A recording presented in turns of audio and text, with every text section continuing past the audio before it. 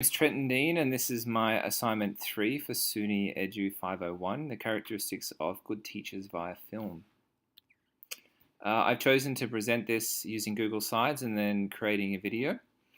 The first focus question is, what is the role of a teacher in empowering students by focusing on the strengths, interests, and talents? I'd like to take it back a step, and I think that without an effective teacher, there's no empowering of students. So I just wanted to take a couple of minutes to kind of talk a little bit about what makes a master teacher, as this illustration suggests. And they've listed 10 really good points of what makes a great teacher. I'm not too sure if I agree with the numbering of them, but I do think that all of them go hand in hand with each other. And I just want to point out a few things. The number one, I do really believe is really important, is that the teacher connects with kids first. And without that relationship or rapport, I think that it's very hard to move forward. And I think once you've connected with students, the relationships develops, and I think genuine learning can take place. And I also really like the number 4, works with students to develop a love of learning. And a love of learning, I think, is not so much academics within the classroom. It's about learning about yourself and learning about your strengths and weaknesses, and how you can develop those to become a better person. And I really like number 6, and number 6 is learning goals as opposed to performance goals. And I think this goes hand in hand with number 4. And so instead of thinking about the performance goals, which students may or may not be able to hit, you're actually looking at learning goals, which in the last position I held, the students developed those goals in relation to what they thought they needed to work on. And those goals were reviewed by the teachers and parents throughout the year, and the students, journaled about their process and looked at using an e-portfolio, gathering evidence which supported their learning and reflected on those learning goals. And I think that's a far better way of just giving students tests and as a feedback of are they succeeding within that year level, I think. And the last one is number 7, and that ensures that character education is an essential part of learning, and this can happen in many different shapes and forms. The last school that I was at, as you know, was an IB school, so they focused a lot on the attitudes and attributes of a learner and different ways in which that can be displayed. And the students really did engage using that, and I do think that empowered them to become better learners and better people within that process. And of course, looking at that first question and seeing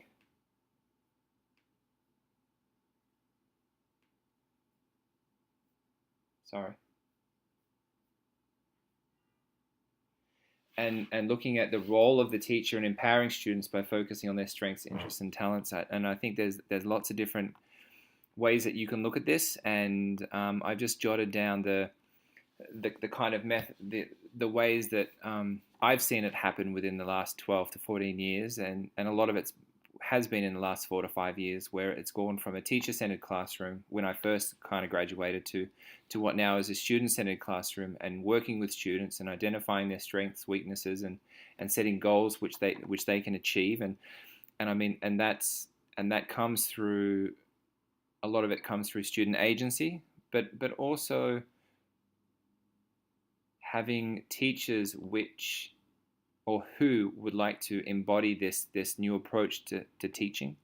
And with that comes passion projects and project-based learning and makerspace, which I was all part of at my last school. And you could really see the students, buying into this. It empowered them to follow the things that they wanted to follow.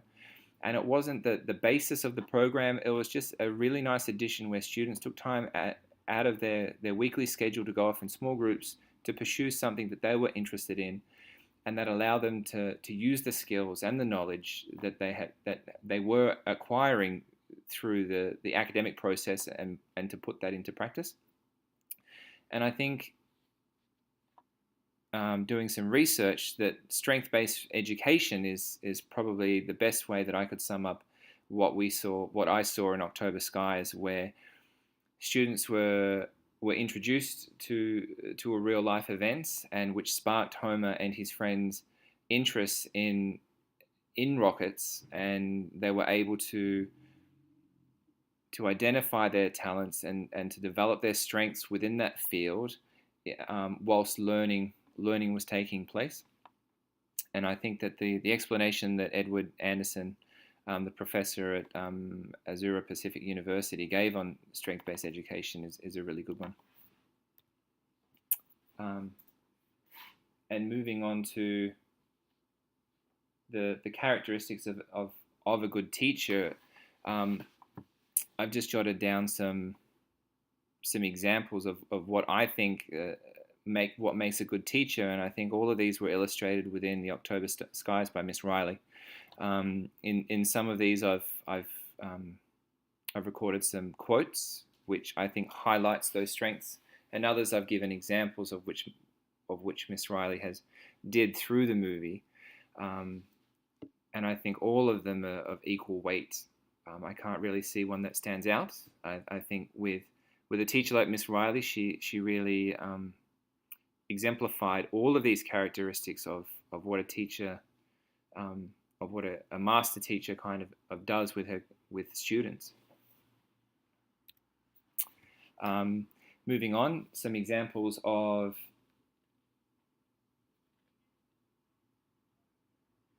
classroom examples that I think that I do well in empowering students is obviously using student agency, peer teaching, and sport education. And I think they all go hand in hand, and they overlap really well depending on the age of the kids that you're working with. Obviously, younger students with student agency, it could be simple as which activity would you like to use to demonstrate a certain skill.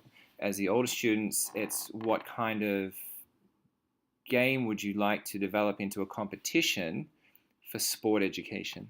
And again, with the older students, with peer teaching, that happens several times a year. Within the class, the students would look at mastery of a certain skill, which then they would develop an activity and then teach and carry out with the younger students, which I was teaching a similar skill to.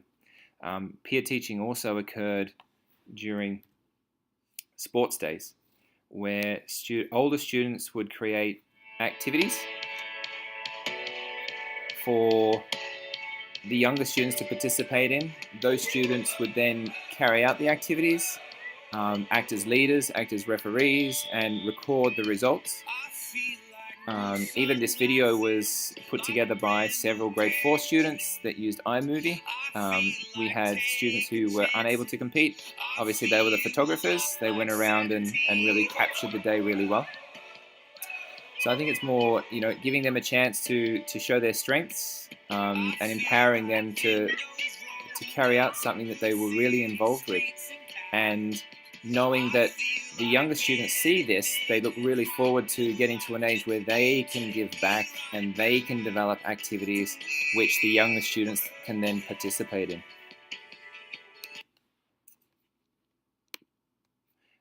The other way that we encourage empowerment with the students within the PE program is offering 2 ways which the students can develop their skills and then further their development through organized sports. The first one is the co-curricular activities that happen outside of class, and they're usually aimed at prep to grade 4 kids. And these activities are modified versions of the traditional sports, where the focus is on skill development, team play, and sportsmanship. And after a certain age, say grade 4, grade 5, they can then pursue more organized sports, which then have the traditional rules, regulations, but also starting to refine their skills and looking at set play. This is done through 3 phases, which I've just mentioned. It's through participation, enjoyment, and success, where we do celebrate success, but the success comes through participation of students at the base level, and for them to develop their skills, but also focus on the enjoyment of sport, working with their peers, working with coaches, and then that leads to the success. And since we've implemented this, we've had more success at local level, international level than we had the 20 years before, where it was more performance-based activities, which I think speaks volumes in the way that you can run a successful sports program without purely focusing on results. Reflective practice of Miss Riley throughout the film. I think it was done really well throughout the film. Initially, she showed a video of Sputnik, which then obviously sparked Homer's interest in this. She supported Homer and her friends in various ways in offering support, counseling them. She was obviously a great advocate with the boys when they were seen to be in trouble. But she also supported them in simple ways of just being there, going to their launches, showing an interest, being compassionate to their process, and being a huge advocate in wanting them to be other than coal miners. And I think that was one of the key points for my movie, from my view, is when within this movie she was seen to be pushing students a little bit further and not just settling on the norm, which I think is a really good disposition to have as a teacher. I just clipped this short piece of the movie out as to demonstrate her being reflective in sensing her relationship with Homer and how she left and how Homer left school and there wasn't any closure, and her explaining to him that he can go forwards and he doesn't need to listen to anybody else, and sometimes it's more important to listen to himself. And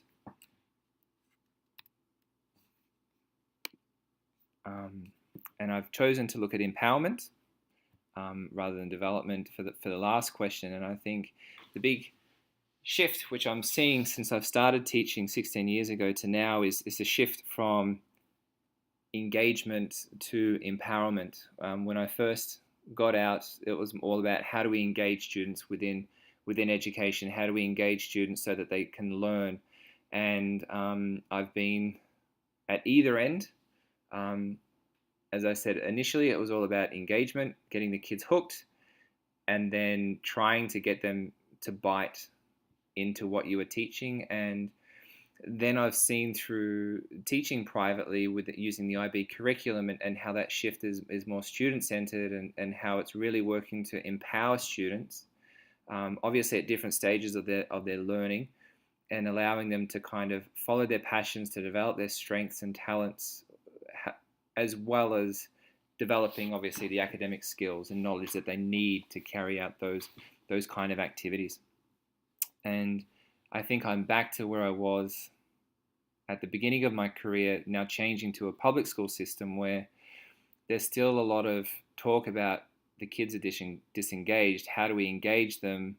And it's happening more in elementary school with empowerment, but when they go through to the high school, it seems as though they're of the old kind of way of a lot of worksheets, we'll do a fun activity, but there's no connection to the outside world, and there's no real avenue for the students to pursue their passions. And I feel that around that age, that's when students are lost and they kind of disengage with education, and I'm seeing that students are kind of falling away, where in the other circumstance at CD&IS, students were really motivated about their learning, and they were making connections, and they were very eager to kind of put their knowledge and skills that they've learned, in the direction of which they wanted to travel in. And I think this kind of sums it up. I think, engaging students means getting kids excited about content, interest in the curriculum, but empowering students means giving kids the knowledge and skills to pursue their passions, interests, and the future. And I think with that shift, you don't need to worry about not so much student management and behavior issues, because the students are willing and they're wanting to be there, and it does change the class dynamic a lot. That concludes my presentation. Thank you very much.